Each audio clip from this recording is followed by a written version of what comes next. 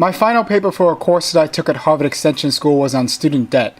In that paper, I interviewed Natalia Abrams, the head of Student Debt Crisis. Student Debt Crisis is looking to end the trend of rising student debt with efforts that include petitions and providing a platform for borrowers to find relief. If you'd like to read my article, or you'd like to find out more information about the organization, click the link in the description of this video. Take 3 courses, get 3 B's or better in those courses, and you're in one of the most prestigious universities that Earth has to offer. Or are you? Harvard Extension School offers anyone who is willing the chance to study at Harvard and receive a Harvard degree. But some question whether or not Harvard Extension School is really Harvard. I've spent my life pushing myself to be the strongest, and now I learn there's a power level I'll never reach on my own. And I hate that. Harvard Extension School can trace its roots back to 1835, when a man named John Lowell Jr. founded the Lowell Institute. One of the objectives of the Lowell Institute was to offer lectures that were inexpensive, or as Lowell put it, cost no more than 2 bushels of wheat. Lectures were open to anyone who was willing to take a course. At the time, the Lowell Institute had one trustee that would oversee the school. One of those trustees would be John's descendant, Abbott Lawrence Lowell.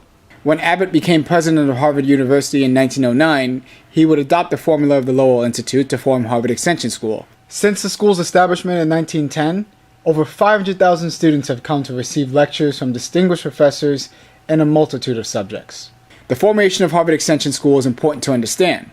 Many people confuse Harvard Extension School with Harvard College, but they are not the same. However, they are both a part of Harvard University, which has 12 schools that offer degrees. You can think of Harvard College, the school that was formed in 1636, as the original Harvard. It is the one that most people associate with Harvard University, as it is the oldest Harvard school. It is the school that most 18-year-olds are screaming about when they receive an acceptance letter from Harvard. Graduate schools such as Harvard Law School, Harvard Business School, and Harvard Medical School are not as old as Harvard College, but they are usually just as competitive to get into as the college itself, and with that, are considered just as prestigious. In a way, these schools are all brothers and sisters, and Harvard University is the parent. With this analogy, Harvard Extension would be the adopted child of Harvard University. Considering its history, the school would be not necessarily blood-related, but still considered to be part of the Harvard family. Well, sort of. While taking courses at Harvard Extension School in the hopes of getting into the journalism program this fall, I've had a sense that I don't really belong at Harvard sometimes. And I'm sure that there are a lot of other students at the Extension School who would feel the same way. But why is this the case? Well, in my opinion, I think it comes down to a couple of reasons. The first would be the numerous mixed messages that both the school and the university gives to Extension students. Harvard Extension's website says that 98% of students surveyed are satisfied with the instruction at the school. The website also says that Extension graduates can attend Harvard's commencement. That's great and all, but the fact that the Extension School mentions these things in the first place, it shows a lack of confidence within the school as being Harvard quality, which it shouldn't feel that way because it's a Harvard school. Students are going to come to them assuming that the education is Harvard quality.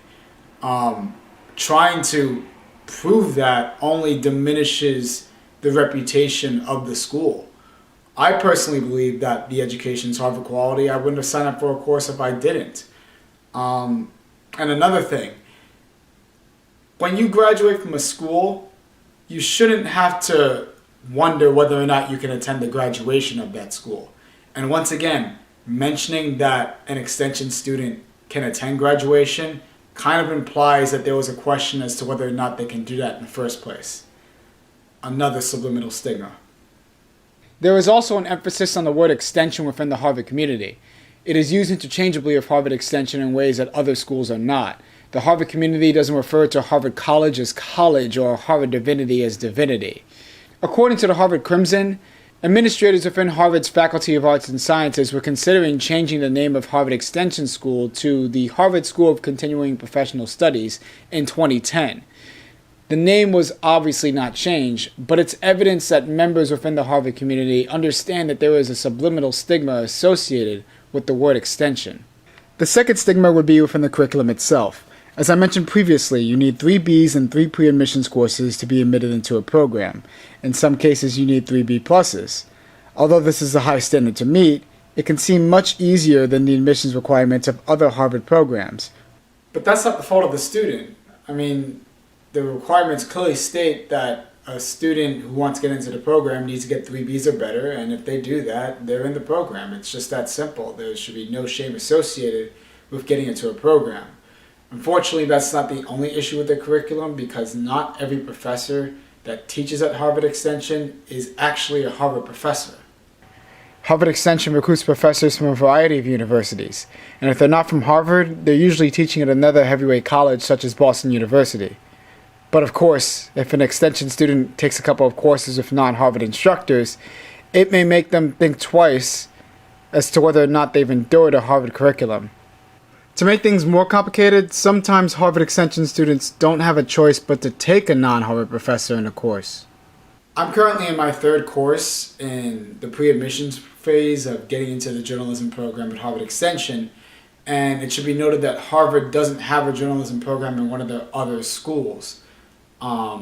So when it comes to recruiting Harvard professors to teach journalism courses at Harvard Extension, it's pretty difficult simply because there aren't journalism professors at Harvard University. As for the courses themselves, it's not uncommon for undergraduate and graduate students to take the same course in the same class with the same instructor. In courses like this, graduate students are usually given a heavier workload, such as a longer paper or a higher grading standard. However, professors have complete autonomy when it comes to deciding the rigor of a course. Harvard Extension's grading rubric is liberal at best. This is where I make the argument for the rigor of the program. At any point, you can receive a low grade on a test or a paper from a professor, and you'll have little to no legal recourse to change the situation, or even receive an explanation from that professor as to why you received that low grade. Navigating through that kind of system at the Harvard level will weed out a lot of potential degree candidates well before they're admitted to a degree program, let alone graduate from one. The final point I'll make when it comes to the curriculum at Harvard Extension is their on-campus requirement. Due to the rise of the internet, Harvard Extension has made it possible for students to study in any part of the globe. Many classes can be taken online. In fact, the majority of the degree can be completed without ever having to step foot on the Harvard campus. This is where I criticize Harvard Extension School. Although I do believe that you can receive a full Harvard quality education online, you cannot receive the full Harvard experience by just sitting in your living room couch. Networking and rubbing elbows is just as important in building your career as is passing tests. And unfortunately, you cannot network and rub elbows with people by just sitting in your living room couch online. For-profit universities have also tarnished the reputation of online education. Because they need to stay one step ahead of their competition, they're usually willing to innovate faster than traditional nonprofit and private colleges. However, the motive these colleges have to be innovative should be obvious: profits. The credibility of these degrees are questioned by many, and since many of these programs are obtained through online instruction, people assume, somewhat unfairly, that online degrees are not credible. This makes colleges that are accredited less likely to explore online instruction. Harvard Extension should not be compared to these colleges. It is a legitimate institution, and merely mentioning a comparison is insulting. They have also never been shy in using technology to educate the masses, and while they should be applauded for that, they must also be aware of the many disadvantages that online education has over traditional classroom instruction. The final stigma that I'll mention is within the degree name itself and the impact of that name. Harvard Extension School offers bachelor's degrees in liberal arts and master's degrees in liberal arts in extension studies. In addition, the Harvard Extension website says that you must either mention the words Extension Studies or Harvard University Extension School if you plan to use your degree on your resume. When reviewing whether or not Harvard Extension School should drop the word extension from its name in 2010, they were also considering whether or not to drop the term Extension Studies from Harvard Extension degrees. One of the concerns in changing the name of the degree came from the possibility that Harvard Extension degrees could be confused with degrees offered by Harvard College and Harvard's Graduate School of Arts and Sciences. Yet, in my research, I found no evidence of a need to distinguish the names of degrees in any of other Harvard schools. In addition, when I checked out Ivy League schools that have degree-granting continuing education programs such as UPenn, Columbia, and Brown, I found no evidence of a guideline as to how a degree should be represented by a student that graduated from that program. In the defense of Harvard Extension School, They have a unique admissions process where they must distinguish course takers from degree candidates. Unfortunately, due to some people misrepresenting their status within Harvard Extension School and abusing the Harvard name, it gives fuel to the argument that Harvard Extension School is not a real Harvard school. This brings a whole stigma of Harvard Extension to a full circle. Harvard University gives mixed messages, so Harvard Extension gives mixed messages. Harvard Extension has some flaws in its program, flaws that are heightened by the mixed messages. The students get those mixed messages and start to misrepresent themselves, which gives Harvard University a case to build a bigger barrier between itself and the Extension School. The cycle doesn't stop. So what's the final verdict? Is Harvard Extension School part of the real Harvard University? The answer is yes. It's one of the 12 degree granting institutions at Harvard University, and professors who teach are either from Harvard or they're the highest quality available. The stigma has more to do with the origins of the college and the elitism that Harvard sometimes has than it has to do with the vigor of the program itself. Also, let's get this idea that all Ivy Leagues are crazy competitive out the window. Because when I was researching journalism schools in 2014, I came across this pamphlet for Columbia Journalism School, and I found out that for 2013, roughly 57% of the applicants for Columbia Journalism School's Masters of Science program had received an acceptance letter. Another thing, not every particular person that goes to Harvard University is special. Jeffrey Skilling, he went to Harvard Business School and he graduated in the top 5% of his class. He was the CEO of Enron.